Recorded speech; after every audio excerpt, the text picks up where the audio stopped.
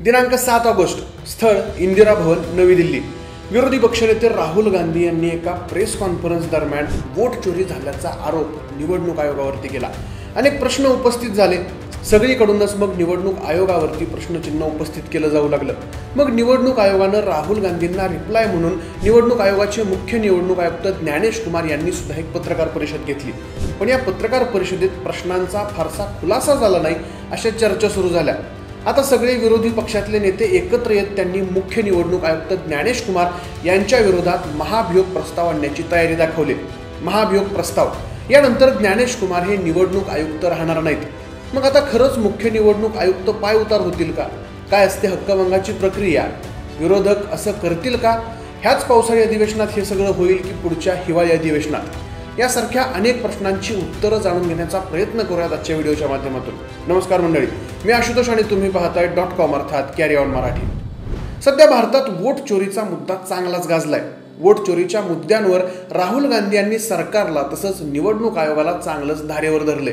राहुल गांधी यांनी उपस्थित केलेल्या प्रश्नांची उत्तरं देण्यासाठी निवडणूक आयोगानं सुद्धा पत्रकार परिषद घेऊन एकतर ॲफिडेव्हिट दाखल करा किंवा मग देशाची माफी मागा असं जाहीरपणानं सांगितलं. त्यानंतर मग ज्ञानेश कुमार हे मनमानी करतायत, ते भारतीय जनता पार्टीची भाषा बोलत आहेत असा आरोप विरोधकांनी सुरू केला. आता विरोधकांनी एकत्र येऊन मुख्य निवडणूक आयुक्त ज्ञानेश कुमार यांच्या विरोधात चक्क महाभियोग प्रस्ताव आणण्यासाठी हालचाली चालू केल्याच्या चर्चेत. भारत देशाच्या इतिहासात आजपर्यंत एकाही निवडणूक आयोगाच्या मुख्य आयुक्तांवरती अशी कारवाई झाली नव्हती. आता सगळ्यात पहिल्यांदा पाहूयात की महाभियोगाचा प्रस्ताव काय असतो आणि निवडणूक आयुक्तांना खरंच खुर्ची खाली कशी करावी लागू शकते. निवडणूक आयुक्त हे देशाच्या महत्त्वाच्या असणाऱ्या संस्थांपैकी जी एक महत्त्वाची संस्था आहे निवडणूक आयोग, त्या आयोगाचे मुख्य असतात. त्यांना कामावरून कमी करायचं असेल तर त्याची प्रक्रिया अत्यंत किचकट असते. ही तीच प्रक्रिया आहे ज्यानुसार एखाद्या न्यायाधीशाला त्याच्या पदावरून दूर केलं जाऊ शकतं. आता याचा उल्लेख केलाय संविधानाच्या आर्टिकल 324 मध्ये. यासाठी लोकसभेत 100 खासदारांच्या सहीचं पत्र लोकसभा अध्यक्षांना द्यावं लागतं किंवा मग राज्यसभेत कमीत कमी 50 खासदारांच्या सहीचं पत्र राज्यसभेच्या सभापतींना द्यावं लागतं. हा प्रस्ताव पटलावरती ठेवल्यानंतर अध्यक्ष किंवा सभापती ठरवतात की हा प्रस्ताव स्वीकारायचा की नाही. प्रस्ताव स्वीकारला की त्यानंतर या 3 सदस्यीय कमिटीचा रिपोर्ट आणि दोन्ही सदनातील 2/3 मेजॉरिटी असेल तर प्रस्ताव महामहिम राष्ट्रपती यांच्याकडे जातो आणि मग राष्ट्रपती ठरवतात त्यावरती अंतिम निर्णय काय घ्यायचा. आता पुढचा प्रश्न असा आहे की विरोधक महाभियोग आणू शकतात का? मंडळी, संसदेत विरोधकांची एक बैठक झाली आणि ज्यात महाभियोग लावायचा अशा चर्चा झाल्या, अशा बातम्या येत आहेत. काँग्रेस राज्यसभा खासदार इम्रान प्रतापगडी यांनी एका टीव्ही चॅनलला जी मुलाखत दिली त्या मुलाखतीत ते म्हणाले होते की या गोष्टीवरती विचार सुरू आहे, लवकरच निर्णय घेतला जाईल. पण महाभियोग आणण्यासाठी दोन्ही सभागृहात 2/3 मेजॉरिटी असणं महत्त्वाचं असतं. सध्या इंडिया आघाडीबद्दल बोलायला गेलं तर लोकसभेत त्यांचे 235 खासदार आहेत आणि राज्यसभेत 78 खासदार आहेत. सदस्य संख्या 2/3 मेजॉरिटीची नाहीये, पण पुरेशी सदस्य संख्या नाही म्हणून महाभियोग प्रस्ताव आणू शकत नाही असं आहे का? तर अजिबात नाही. प्रस्ताव मांडला जाऊ शकतो पण तो मंजूर होईल का यावरती सांगता येत नाही. इंडिया आघाडीनं भाजपसोबत सत्तेत असलेल्या एखाद्या जरी पक्षाचा पाठिंबा मिळवला तरी पुरेसं संख्याबळ त्यांना उपलब्ध होऊ शकतं. मात्र पुरेसं संख्याबळ असून देखील प्रस्ताव मंजूर करायचा की नामंजूर करायचा हे पूर्णपणे लोकसभेचे अध्यक्ष किंवा राज्यसभेचे सभापती यांच्या हातात आहे. म्हणजे विरोधी पक्षानं जुगाड करून जरी मेजॉरिटी प्राप्त केली तरी महाभियोग आणून आयुक्तांना घरी पाठवलं जाईल यात 100% गॅरंटी सांगू शकत नाही. संसदेचं पावसाळी अधिवेशन उद्या संपते अर्थात 21 ऑगस्टला, म्हणजे राहिला एकच दिवस आणि अजूनही चर्चाच सुरू आहे. त्यामुळे हा महाभियोग कधी आणला जाईल, याच अधिवेशनात की हिवाळी अधिवेशनात, याबद्दल सुद्धा अजूनपर्यंत निश्चित नाहीये. म्हणजे आता बघूया की 2023 मध्ये एक कायदा आयुक्तांना संजीवनी कसा आणून देतो. आयुक्तांच्या निवडीबद्दल तत्कालीन सर्वोच्च न्यायालयाचे मुख्य न्यायाधीश चंद्रचूड यांनी सरकारला आदेश दिले की आयुक्त निवडीमध्ये 3 लोक असले पाहिजेत: पंतप्रधान, विरोधी पक्षनेते आणि सर्वोच्च न्यायालयाचे मुख्य न्यायाधीश. मात्र त्यानंतर सरकारने एक नवीन कायदा आणला आणि त्यात सुधारणा केली. 2023च्या नवीन कायद्यानुसार आयुक्त निवडीच्या समितीत 3 लोक असतील: पंतप्रधान, विरोधी पक्षनेते आणि कोणताही एक मंत्री. आता त्याच कायद्यानुसार असं सुद्धा ठरवण्यात आलं की कोणत्याही मुख्य निवडणूक आयुक्तांवरती कोणतंही कोर्ट कसलीही कारवाई करू शकत नाही. ते आयुक्त सध्या कार्यरत असू दे किंवा माजी असू देत. त्यामुळे विरोधक आयुक्तांविरोधात कोर्टात सुद्धा जाऊ शकत नाहीत. त्यांचा हा मार्ग सुद्धा 2023च्या या कायद्यानं बंद झालाय. नाहीतर हे विरोधक सगळं प्रकरण घेऊन कोर्टात जाऊ शकले असते. मग आता कदाचित कोर्टानं त्यांना पदावरून कमी केलं असतं किंवा मग त्यांच्या कारभाराविषयी त्यांना सुनावलं असतं. पण यापैकी काहीही आता होऊ शकत नाही। आता यानंतरचा सगळ्यात महत्त्वाचा मुद्दा म्हणजे हिवाळी अधिवेशनापर्यंत हे सगळं प्रकरण थंड होईल की असंच राहील।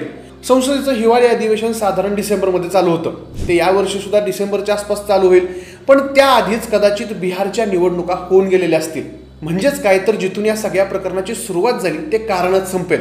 याशिवाय कोर्टाने निवडणूक आयोगाला 65 लाख मतदारांची नावं घालून मतदार याद्या अपडेट करायला सांगितले। मतदार याद्या अपडेट झाल्या की बऱ्यापैकी प्रकरण थंड होईल, लोक विसरतील आणि याशिवाय डिसेंबरपर्यंत असे अनेक मुद्दे बाहेर येतील जे ट्रेंडिंगला असतील। त्यामुळे कदाचित हा मुद्दा या सगळ्या मुद्द्यांमध्ये मागे पडलेला असेल। लोकशाहीच्या रक्षणासाठी निवडणूक आयोग ही संस्था अत्यंत महत्त्वाची आहे, पण दुर्दैवानं आज आपण बघतोय की या सगळ्यात महत्त्वाच्या संविधानिक संस्थेच्या विश्वासार्हतेवरती प्रश्नचिन्ह निर्माण झाले। मतदार यादीत गोंधळ आहेत आणि नाव वगळण्याच्या तक्रारी आहेत। काही ठिकाणी मतदार यंत्रांची अपारदर्शक हाताळणी झाली। निवडणुकीत स्पष्ट नियम उल्लंघन झाल्यावरती सुद्धा आयोगाकडून कोणतीही ठोस कारवाई होत नाहीये आणि सर्वात महत्त्वाचं म्हणजे पक्षपातीपणाचे आरोप जे सर्रास होत आहेत। आता ही सगळी उदाहरणं लोकांच्या मनात निवडणूक आयोगाविषयी संशय आणि अस्वस्थता निर्माण करतात। आज अनेक सामान्य नागरिक विचारतायत की आमचं मत खरंच मोजलं गेलंय का आणि मोजलं असेल तर ते बरोबर गेलंय का। ही शंका निर्माण होणं म्हणजे संविधानाच्या आत्म्याला धक्का बसणं असं बोललं जाते, कारण निवडणूक आयोग ही संविधानाची सर्वात ताकदवर संस्था मानली जाते। पण जर याच आयोगाच्या विश्वासार्हतेवरती शंका उत्पन्न होण्यासारखी परिस्थिती निर्माण होत असेल तर मग लोकशाही कुठं उभी राहते असा प्रश्न पडतो, कारण लोकशाही वाचली तरच देश वाचेल। यात अजून एक मुद्दा असा की या सगळ्या प्रकरणामध्ये निवडणूक आयोगानं राहुल गांधी यांना एकतर ॲफिडेव्हिट द्या किंवा माफीनामा द्या असं सांगितले। मग प्रश्न असा पडतो की जर राहुल गांधी खरंच तक्रार करतायत ती योग्य असेल आणि त्याच्यामध्ये काही तथ्य असेल तर त्यांनी ॲफिडेव्हिट दिलं पाहिजे किंवा मग तशी रितसर तक्रार नोंद केली पाहिजे, पण विरोधकांकडून तशी कोणतीही गोष्ट होत नाहीये। दुसऱ्याच बाजूला मात्र निवडणूक आयोगाचा सुद्धा दुटप्पीपणा दिसून येतोय। जर निवडणूक आयोगानं निष्पक्षपातीपणानं निवडणुका घेतल्या असतील, त्यांच्यामध्ये काही दोष नसेल, तर मग राहुल गांधी जे प्रश्न विचारतायत त्या प्रश्नाची उत्तरं थेटपणे द्यायला निवडणूक आयोगाला का भीती वाटते।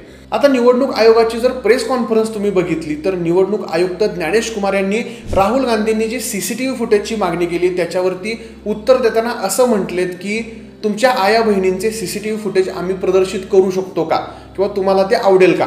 आता म्हणजे एक साधारण गोष्ट आहे, निवडणुका पार पडतात त्या निष्पक्षपाती वातावरणामध्ये, तिथं कोणती ती मतदान करणं ही खाजगी गोष्ट आहे, पण एकूणच मतदान प्रक्रिया ही सार्वजनिक गोष्ट आहे आणि मतदान जिथं करायला जातो ते ठिकाण म्हणजे कोणतं बाथरूम टॉयलेट वगैरे अशी प्रायव्हेट गोष्ट नाही आहे की जिचे CCTV फुटेजेस तुम्ही बाहेर काढू शकत नाही।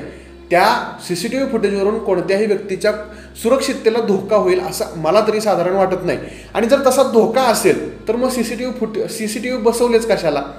मग जर CCTV बसवले असतील तर त्याचं फुटेज समोर येत असेल तर त्यात काय अडचण आहे, म्हणजे एकदा काय ते सोक्षमोक्ष होऊन जाईल, खऱ्याचं खरं खोट्याचं खोटं काय ते होऊन जाईल। त्यामुळं एक तर राहुल गांधींनी त्या आरोपांमध्ये तथ्य असेल तर तसे पुरावे निवडणूक आयोगाला सादर करावे आणि त्याची रितसर तक्रार करावी, आणि जर निवडणूक आयोगाचं म्हणणं असेल की यात आरोपांमध्ये तथ्य नाहीये तर निवडणूक आयोगानं सुद्धा जी काही कारवाई होईल, जे काही तपासणी होईल त्याला निष्पक्षपातीपणे सामोरं जावं, हीच भारतीय म्हणून आणि मतदार म्हणून आमची अपेक्षा आहे। तुम्हाला या सगळ्या प्रकरणांविषयी काय वाटतं? खरंच राहुल गांधींनी केलेल्या आरोपांमध्ये तथ्य असेल का, की मग निवडणूक आयोगाच्या म्हणण्याप्रमाणे त्यांच्या आरोपामध्ये कसलंही तथ्य नाही आणि त्यांनी माफीनामा मागितला पाहिजे? तुमची मतं आम्हाला कमेंट्स करून नक्की कळवा। राहुल गांधींनी माफीनामा मागितला पाहिजे का, की मग त्यांनी रितसर तक्रार दाखल केली पाहिजे? आणि निवडणूक आयोगाचं CCTV फुटेजबद्दल असलेलं मत तुम्हाला काय वाटतं याबद्दल तुमची मतं आम्हाला कमेंट्स करून नक्की कळवा। अशाच भन्नाट राजकीय विषयांवरती व्हिडिओज पाहण्यासाठी आपल्या कॅरी ऑन मराठी या चॅनलला सबस्क्राईब करायला विसरू नका। धन्यवाद।